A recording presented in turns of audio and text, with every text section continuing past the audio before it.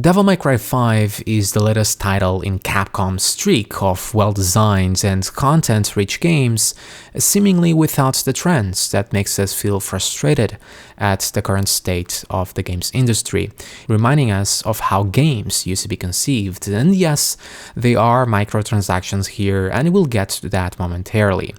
The Devil May Cry franchise had a turbulent road. The original title released to a great success back in 2001, even having an anime and manga series since then, but with the occasional sequels not living up to the name.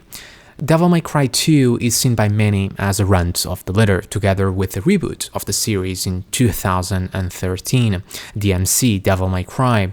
Finally, both of them took a huge departure from the original formula when it came to gameplay, or well, a bit more than that.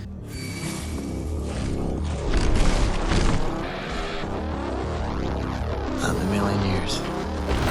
Bastard called me deadweight! I didn't come all this way for nothing! Devil May Cry 3 and 4 soon followed the second iteration, with Hideaki Itsuno, the director of Devil May Cry 2, still at the helm, and it was once again steered in the right direction, following once more what made the original Devil May Cry great.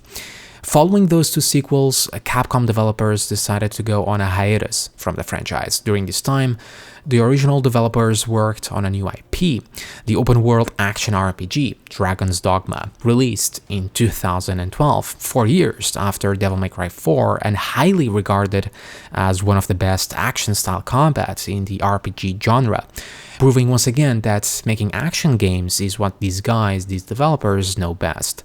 So Devil May Cry 5 had a lot to live up to. Expectations since the reboot had been rather low. There was a chance that the franchise was dead. In fact, the original director, Hideaki Itsuno, almost left Capcom after the reception of DMC. Even a resignation was filed. To everyone's benefit, Capcom decided to give Itsuno anything he wanted to prevent that from happening, and what he wished for was to bring Devil May Cry back to its roots. Dragon's Dogma 2 was also on the table, but ultimately the former was chosen. Its announcement was received fairly well, but between its past title and the announcement of the inclusion of microtransactions, many of us looked at Devil May Cry 5 with some displeasure. However, some of these feelings were put to rest when Monster Hunter World and Resident Evil 2 Remake proved to be one of the best games as games in their respective years.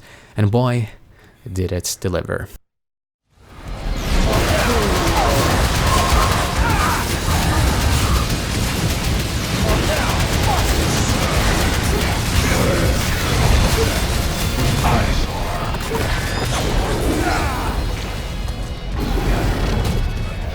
The gameplay and combat of Devil May Cry 5 has made many people fall in love with the game and regard it as one of the best action hack-and-slash games to date. I think we all know now that the combat here is awesome and deep, but what makes it so amazing and satisfying? Is it the amount of weapons and tools that we have? Is it the great and fluid animations providing a great feedback to each and every attack you perform? Well, yes, it's all of the above, but also the style system, the meter that evaluates your performance. Devil May Cry 5 is a game that has a pretty steep learning curve. It's one of those easy to play, hard to master kind of games. Anyone can hop in and randomly smash buttons and get stuff done. Hell, there's even an auto option to do combos for you. But at the harder difficulties, and if you want to push yourself for your own pleasure, there's a very high skill ceiling for you to aim as you play the game. Combining all of your attacks and combos is your ultimate goal, and where you're gonna find most of your enjoyment. And this is not only achieved by smashing keys randomly, unless when you play V, but we'll get there, but also having some strategy to your button presses. You're constantly thinking and engaged with what you're doing, thinking about your next move and what could work best in any given situation to not only deal more damage, but to ramp up that meter, which usually are tied together. The meter on itself is done in a very compelling way. It's quite prominent, and I constantly saw myself looking at it to see how I was performing. It can be daunting or make you feel self-conscious if you're not proficient at the game, and getting messages of dismal might put you down, but also makes you want to get better and push yourself to do it. And this is coming from someone that never really cared about scores in action games. Seeing those flashy colors beating together with the awesome soundtrack and the game announcer after each and every score, S, double S, and even smoking sexy triple S popping up when you get your combos just right, gives you these mini moments of adrenaline rush, almost addicting to chase after those high-style ranks with each and every encounter you face, making you feel all good inside.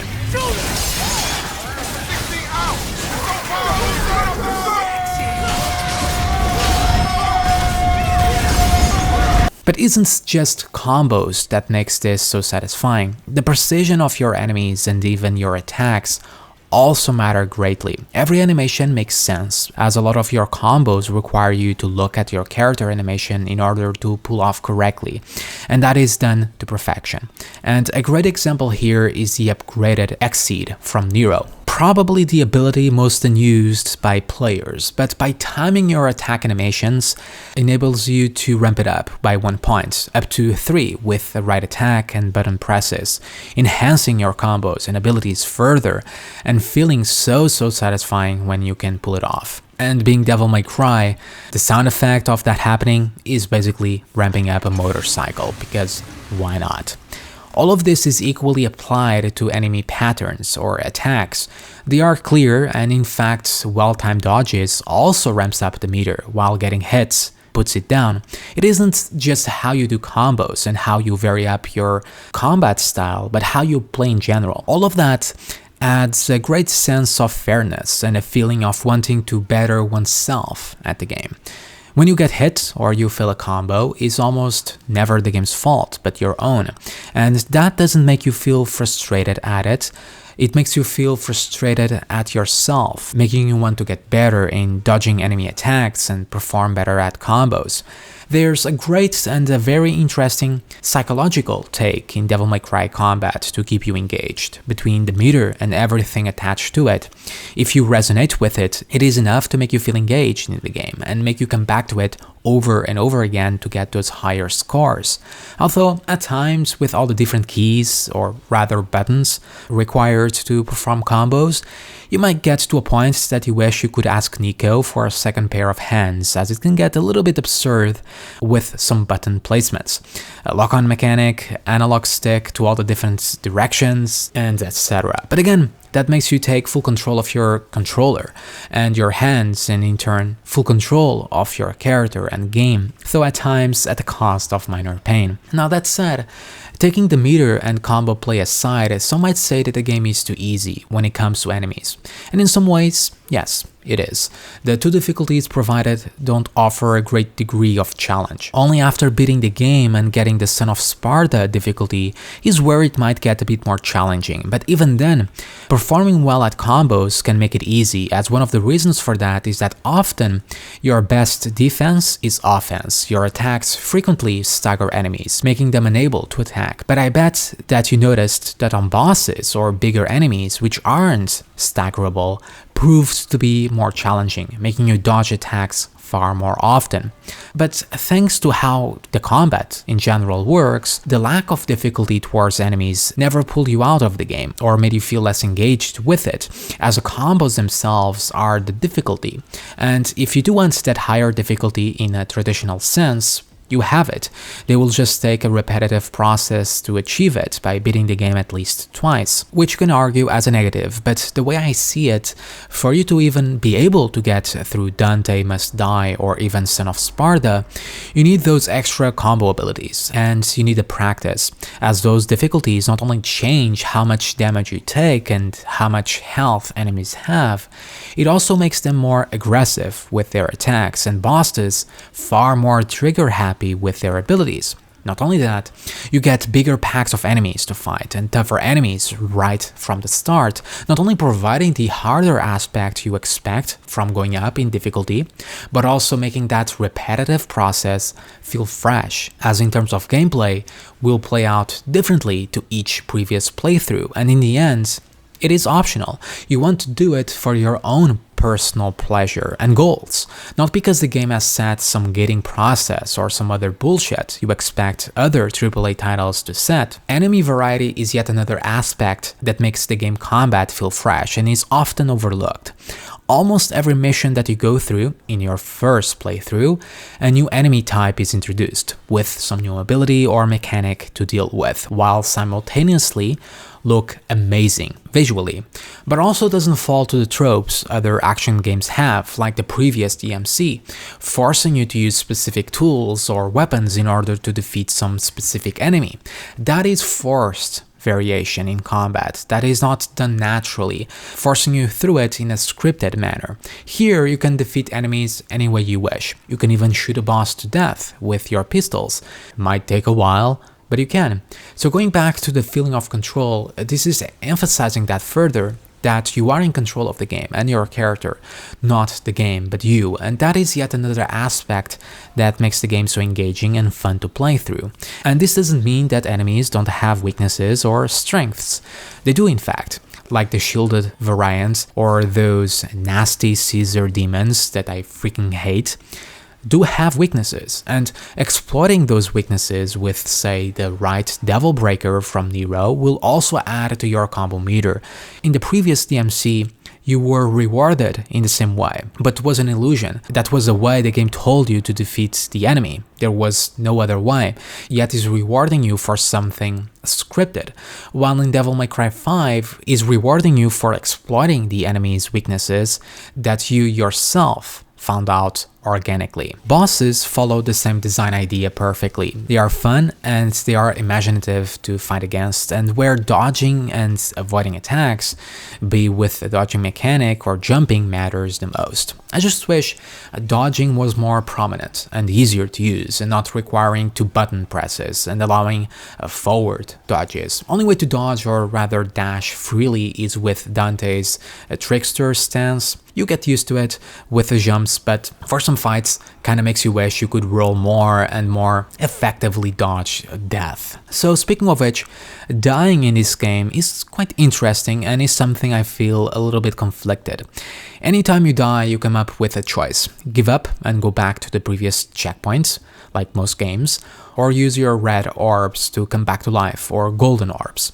These orbs you can find in the world as you explore, which is great, benefits the game's levels and exploration. But you can also get them by logging in daily and being rated as stylish with the game's online and indirect co-op play.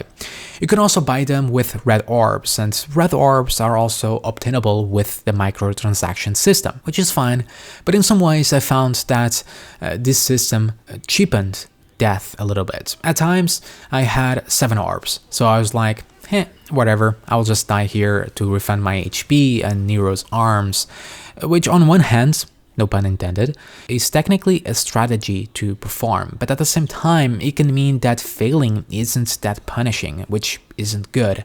And yes, you can argue just don't use them, but in the end is a game mechanic that the game clearly wants you to use. Now all of that said, let's take a more in-depth look at each characters to find out what makes them so special. Not in this lifetime.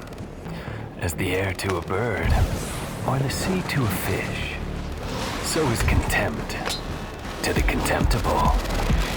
V is a new guy and is a quite interesting character to have in an action-style game, as he is the warlockish pet class.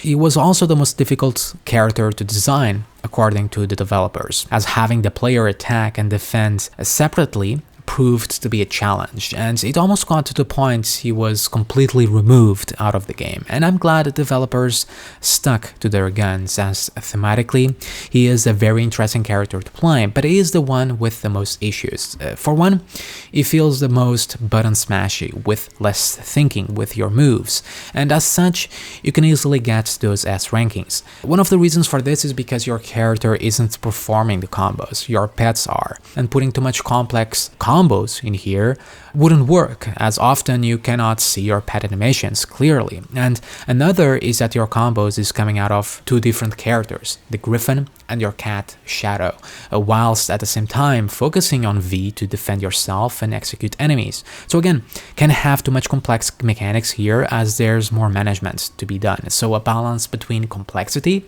and management had to be met pretty successfully. However, you get the downside of him being easier to play when you get the hang of his playstyle, though subjectively doesn't make him any less fun to play. There's still some maximizing you can do with V for sure, like reading your book while your pets are going at it with your devil abilities, making them auto attack, or even using your nightmare devil trigger, and in turn make them all delicious memes. Using those abilities frequently are usually key for damage and style on V, though rather easy to perform, as I said. And die. I'll show you, deadweight. Nero is the most precise and probably the most satisfying one to actually pull combos correctly. Your Devil Breaker arms are the most fun part about it. There's a huge variety of them to mix in your combos in the most imaginative ways possible, from a Pasta Breaker to a Mega Man Buster or even riding a rocket. Some interacting with enemies differently, like breaking defenses more easily, but also has a risk versus reward attached to it, as if you get damaged while using it, it can immediately break, or you can decide to destroy it to get away or charge it up for a more powerful ability but in turn lose it. Having all of these different arms to make use of and the risk attached to it constantly forces you to make decisions on how to play and how to get the highest possible points and well, kill demons. That together with how intricate your combos can be, especially with the Exceed ability, causes it to be the only character that mashing buttons mindlessly won't get you anywhere, and in turn the most rewarding to play when played well. One infuriating aspect is that you can't switch your arms at will. This just feels wrong, because imagine if you could change them and you could do arm on arm combos, Devil Breaker on Devil Breaker combos, like mixing a punchline with, say, a Buster. Maybe that could have been a little too OP and the reasons why we cannot change at will, but looking at the possibility for even more fun combos feels like a missed opportunity. Nero also makes repeating the previous levels more exciting, as he is the only character that by the endgame gains a new ability, the Devil Bringer, his devil demon form, which is so badass and makes combos even more fun, with awesome and badass new abilities, and even a grab or buster, smashing the demon's face on the floor repeatedly, and making replaying the game worthwhile for that alone.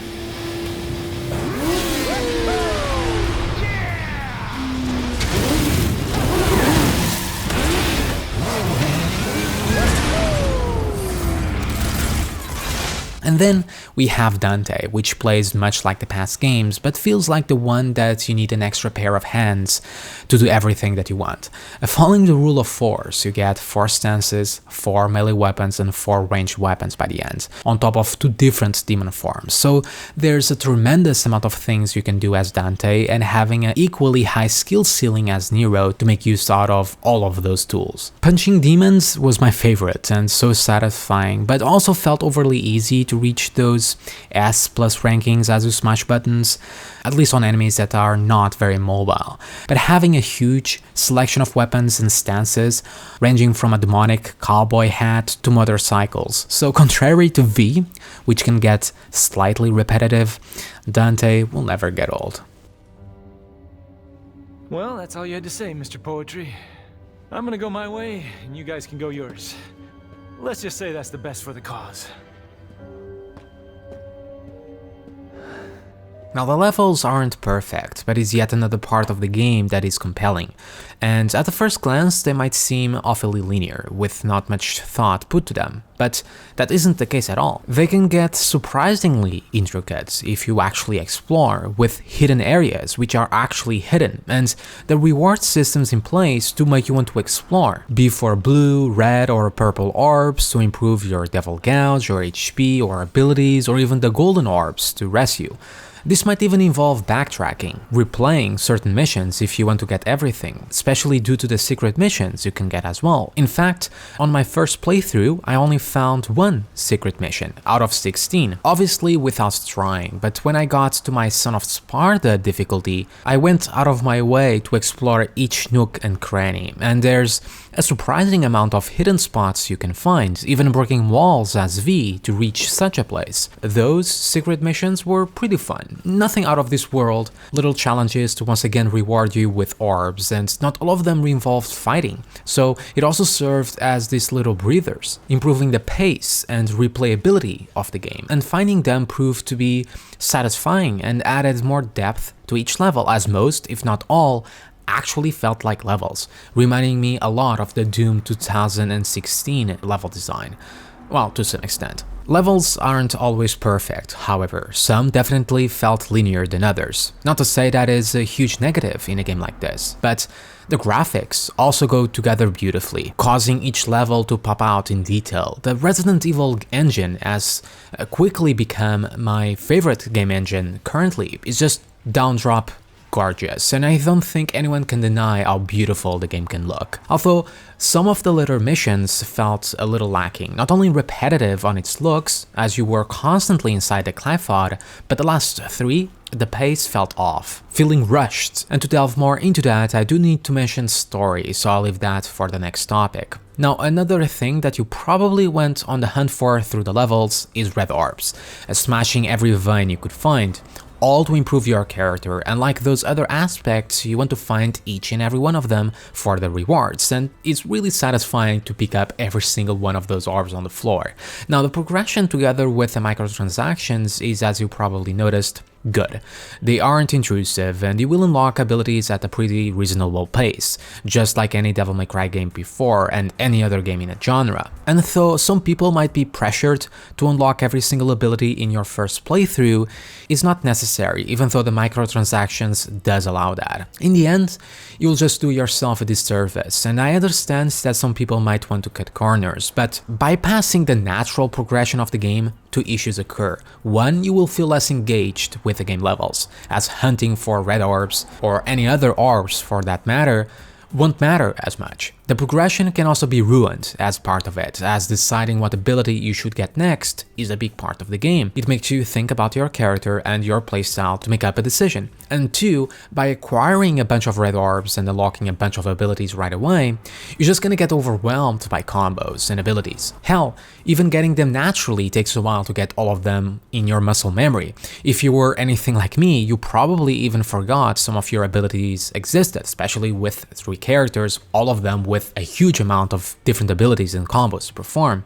But in the end, all of this is your own prerogative. Hey, Virgil! Your portal opening days are over. Give me the Amano. If you want it, then you'll have to take it. But you already knew that.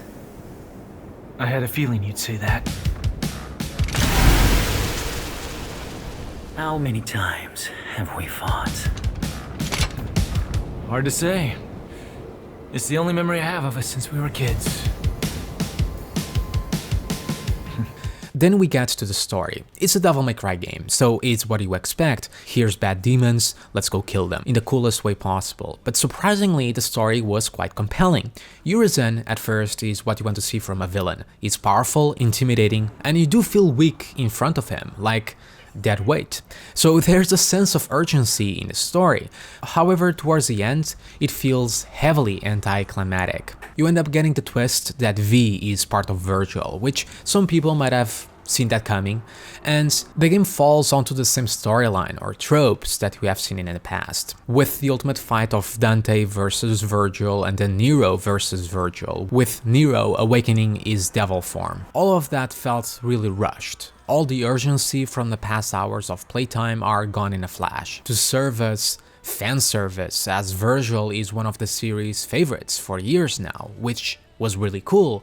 We might even get a DLC which we play as Virgil, but regardless, it did make the overall story suffer and general pacing worse, as we discussed. V in turn also suffers as a character. So much work went to him, both in terms of gameplay and characterization, to just be thrown out like that so quickly. We can still replay him, of course, in the past missions, but that removes the possibility of him being playable again in future games. Well, maybe it is Devil May Cry after all.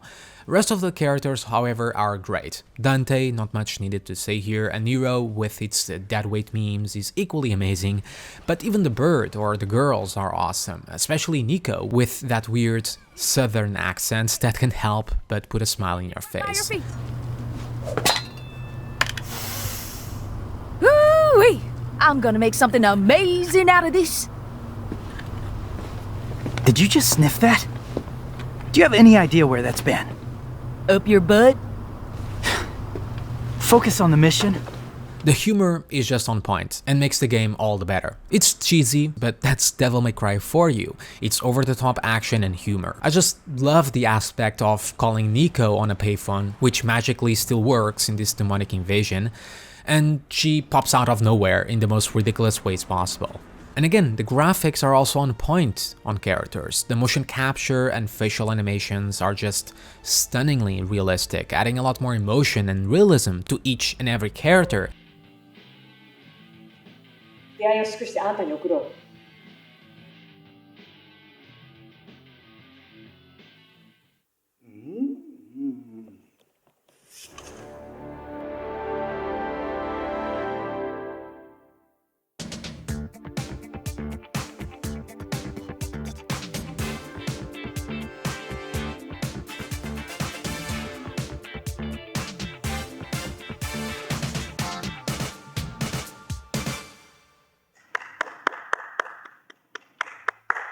So in conclusion, Devil May Cry 5 is a game that plays and feels like a game, much like the remake of Doom, and no, I don't mean just because it's another game where you take the fight against demons, with a pretty badass soundtrack and with a lot of gore, varied gameplay and humor.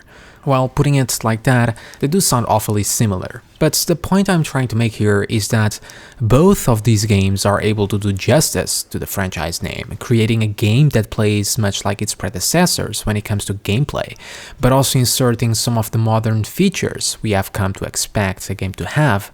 It is a game that is made with a tremendous amount of passion and creativity, made not only so other people can enjoy it, but that themselves, the creators, the developers, would also enjoy playing, and that is often the key to make a successful and fun game, if the overlord companies, publishers, allow for creative freedom.